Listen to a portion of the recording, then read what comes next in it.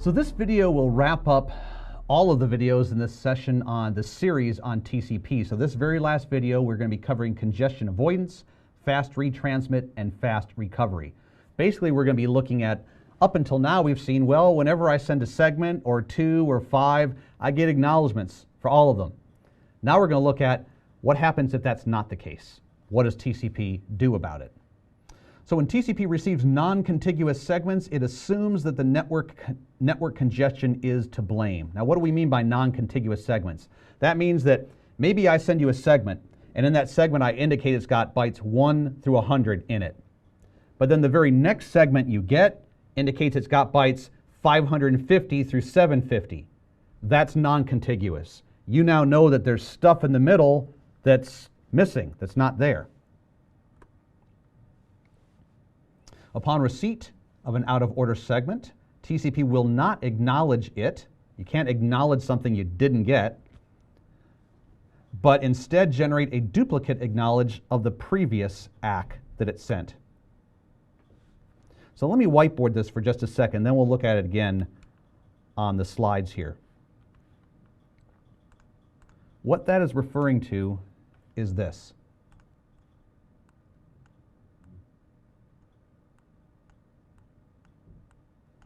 Okay, let's say that we sent, the original transmitter sent these 6 segments. But segment number 3 was lost due to network congestion or, some sort of weird access list, who knows, but it was lost. So the receiver, what's he going to do? Well, he will acknowledge this one. I'll just say acknowledge segment 1.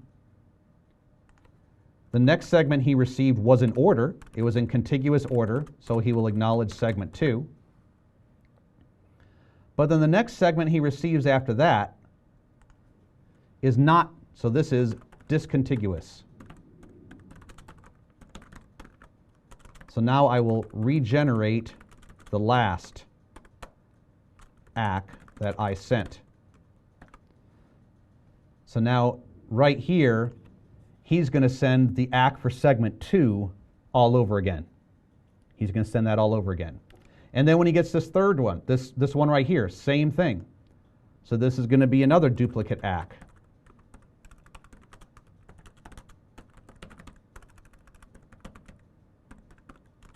So I'll just say second duplicate.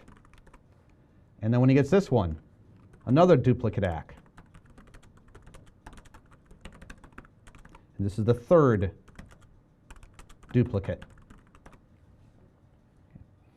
Now what we're going to see is that from the sender's perspective, as soon as the sender receives this first duplicate ACK, right, he'll say, well, wait a second, I already got an ACK for segment number 2, so this is clearly a duplicate.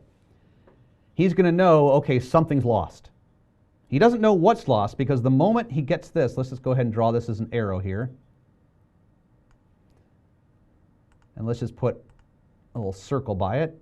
So the moment that he receives this, he says, okay, clearly whatever was after segment 2, so whatever, segment 3 was lost.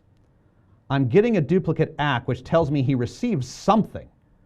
I don't know if he received segment 5, segment 6, but I know he received at least one thing.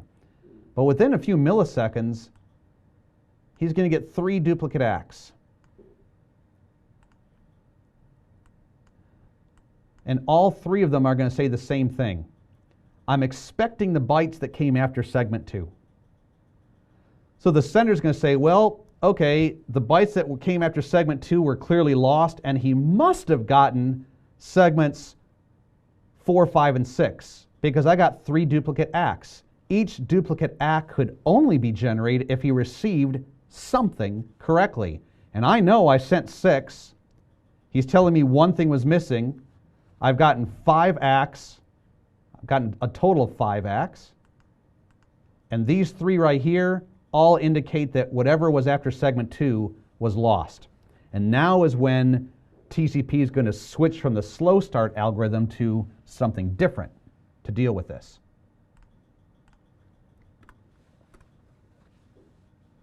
So congestion avoidance and fast recovery are really the same thing. So fast recovery is an alternative to slow start during times of congestion. It allows us to modify the congestion window to change the rate at which it's growing or shrinking. And it uses a different algorithm called the congestion avoidance algorithm to compute that window, as well as the slow start thresholds. And in this particular case, congestion is determined by the receipt of duplicate acknowledgments. So let's walk through this. So here's our three-way handshake. In this particular case, both of them have set the slow start threshold to the maximum value, just like the RFC says they should. And they've both set their window size to roughly 12 segments. Okay, so if you take 1460, which is the maximum segment size, and you multiply that times 12, that gives us 17,520. So I just randomly chose that value. Okay. So now we're not really going to be concerned with the guy on the right. We're going to assume the guy on the left here is the main sender, the one who's sending most of the data downstream. So for him, the slow start algorithm begins, and he says, okay, I'm going to begin by sending 3 segments. Nagel's algorithm is engaged. He starts buffering stuff, and then finally he says, okay, I'm ready. Transmit. And there goes those 3 segments. Now in reality, are all 3 of those going to be maximum segment size? They might be, they might not. We don't really know. But once again, just to make this simple, we're not going to be counting bytes right now, even though that's actually what TCP keeps track of, is bytes. Okay, so right now, look in the upper left. He says, okay, my current congestion window is 3 segments. Remember, the congestion window says what's the maximum amount I can have outstanding. And he says, right now, everything's outstanding. I just sent 3 segments, so all 3 are in my retransmission queue. And I start counting down my timer for these. Whew! Luckily, we get 3 acknowledgments back. The receiver got all 3 of them. Fantastic. All right. So I can take those off of the retransmission queue. Don't have to worry about them anymore. And then slow start, once again, says, all right, well, I got 3 acts, which means I could take what my current congestion window was and bump it up by 3. So now he says, okay, now the next time around, I can transmit up to 8,760 bytes, which is 6 full-sized segments. So there they go, segments 4, 5, 6, 7, 8, 9 in this conversation. Now here we run into a problem. Segment 6, for whatever reason, is lost. So the receiver receives segments 4 and 5 just fine, and all of a sudden he gets segment 7. He says, whoa, hold on a second here. That is not contiguous. There's some bytes that were supposed to come, and I didn't get them. Okay, so now, on the left, the sender has segments 4, 5, 6, 7, 8, and 9. Those are the last 6 that he sent. Those are in the retransmission queue. The timer's clicking down. Tick, tick, tick, tick. I need to get some acknowledgments for these bytes. So the receiver, he now starts creating his acts. Okay, so he's going to create an acknowledgment for 4 and 5. Those were fine. But then he says, okay, after segment 5, I was missing some bytes. I received a segment after that. So I'm going to create a duplicate act for segment 5. Now remember, the guy on the left sent a total of 6, but only 5 showed up. So in step number 7, our receiver says, okay, create an acknowledgement for segments 4 and 5, and for those other 3 segments that I got, which were in the future, which weren't in order, I'll just create duplicate acts for segment 5. I'll create 3 duplicate acknowledgements. All right, so in step 9, those 5 acknowledgements, 2 of which are normal, the other 3 of which are duplicates, go out. That's step 9. Now in step 10, the receiver receives the act for segment 4 and 5. He says, okay, those are 2 normal acts. I'm still in slow start. So whatever, my existing congestion window was 6, I can add 2 to that, bump it up to 8. In addition to that, segment 4 and 5, I can now take off the retransmission queue because I've received acknowledgments for those. So far, so good. So now what I'm going to do is so remember, his congestion window is 8 segments. He says, okay, so I can start queuing up some more segments. Yeah, he looks in his buffer and he says, okay, I can create segment 10 and 11. So if I'm just going to draw this just to illustrate this a little bit. So remember, at this point, his send window, which is the same thing as what we're calling here the congestion window, says at most at any one time I can have 8 segments, or basically 11,680 bytes outstanding before I have to stop. He says right now, he says I've got 1, 2, 3, so I've got 6, 7, actually 4, 6, 7, 8, and 9 outstanding. So that is what we called our window sent. In other words, bytes sent but not acknowledged. So technically, I could put another 4 in here. But when he looks in his buffer, he might not have enough for 4. So in this particular case, he's looking in his buffer and he's saying, okay, well, I can create 2 more, 10 and 11. So this right here was my usable window.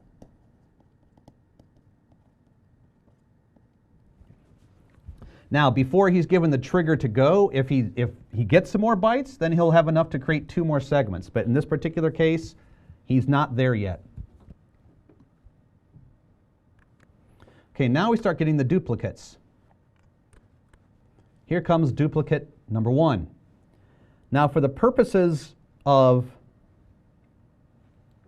and there was a question, how did I determine the usable window?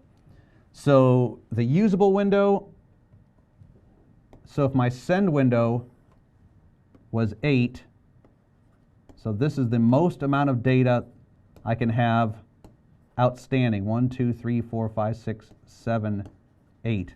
This is the most amount I could have outstanding at one time. And right now in my retransmission queue, I have not received acknowledgments for 6, 7, 8, and 9. So this part of my send window is called window sent. In a previous video, we also said they're called bytes sent but not acknowledged. So, but I still have these 4 left that I could propagate. This is my usable window. This means, look, if I have enough data in my buffer to send more, I could send this. Because after all, I could have 8 segments outstanding without acknowledgement. Right now I've only got 4 segments outstanding without acknowledgement. So I could pump another 4 out there before I have to stop. So that's called my usable window.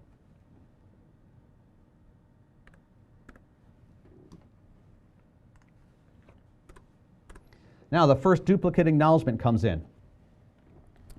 Because it's duplicate acknowledgement number 1, slow start stays in play. Slow start says, okay, I recognize there's a duplicate here. There's some data outstanding, but he says, look, I do recognize one other thing. I don't know what the guy received. He must have received some kind of a segment to send me this. He clearly did not receive segment number 6, but he received something else. It could have been 7, 8, or 9. I don't know which, but I do know he received one segment, which means he's got some buffer space. I can send, remember what slow start says, when you get an acknowledgement, you can add that to your existing window. So he says, okay, because he's freed up some space, he sent me an acknowledgement. Even though it's a duplicate acknowledgement, he's got one of my segments. I can now bump this up to 9. He looks in his buffer. He says, okay, yep, I can go ahead and create another segment in here. So where are we right now as far as the window is concerned? So now we're looking like this. Our send window now says I could have 9, 2, 3, 4, 5, 6, 7, 8, 9. Currently, 6, 7, 8, and 9, those have not been explicitly acknowledged yet. So that's still in the, I'll just say, bytes sent, but not yet acknowledged, or what we call the window sent. And now this is my usable window.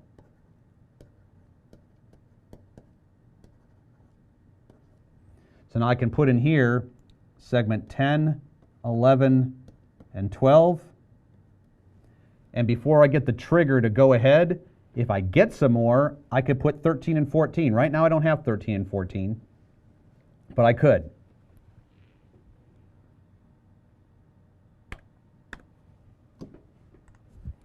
Now, duplicate acknowledgement number 2 comes in. Slow start treats that the same way. It says, okay, add that to my existing. That bumps me up to a congestion window of 14,600 bytes, or equal to 10 maximum segment size. And he says, all right, let's go ahead and buffer something else in there. Now, when he gets duplicate acknowledgement number 3, this is when he says, enough is enough. Clearly, something, whatever that thing that is that's missing, it's not going to show up. So now TCP switches. He says, I'm not going to use the slow start algorithm anymore to determine my congestion window and how much stuff I can send. I'm now going to switch to a different algorithm called the congestion avoidance algorithm. So the sender now enters what's called fast recovery mode. So this is fast recovery, and several things happen at once.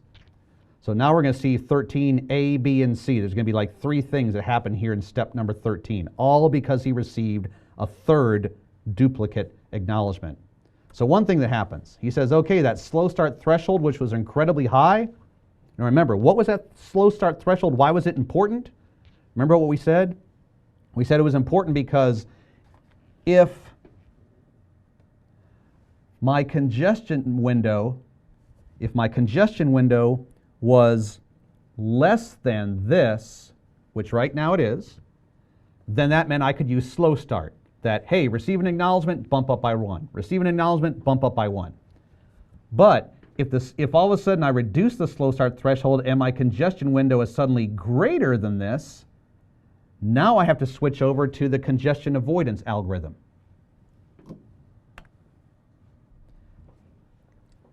So here we see, upon receipt of duplicate acknowledgement number 3, we're going to modify that slow start threshold. Well, what are we going to do?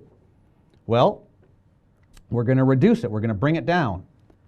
And it can be one of 2 things. Whichever number is bigger, either 1/2 of the outstanding bytes. So you know how many bytes are currently unacknowledged and outstanding. Split that in half. Or 2 times the maximum segment size. Well, he says, okay, let's think about this. He says, currently, I have segments 6, 7, 8, and 9 outstanding. Haven't received any explicit acknowledgments for that. So if you add that up, he says, let's say that's 5,000 bytes. Now, if you did the math, you say, well, wait a second, 1460 times 4 is not 5,000. Well, I just picked 5,000 here. Maybe of those 4 segments, maybe 3 of them were maximum segment size and 1 of them was smaller than that. Okay, but we're just saying that of these 4 segments, they equate to 5,000 bytes that we've sent that have not yet been explicitly acknowledged. So we divide that by 2. That gives us 2,500 bytes. Okay, now we compare that against 2 times the maximum segment size. Well, if the maximum segment size is 1460 bytes times 2, gives us 2920. And this says the slow start threshold will be reduced to whatever is bigger. 2920 is bigger. So now look, our slow start threshold, which was 65,000 and something, has now been dropped way down to 2920. So that's the first thing that happens. Receiving a third duplicate ACK knocks our slow start threshold down.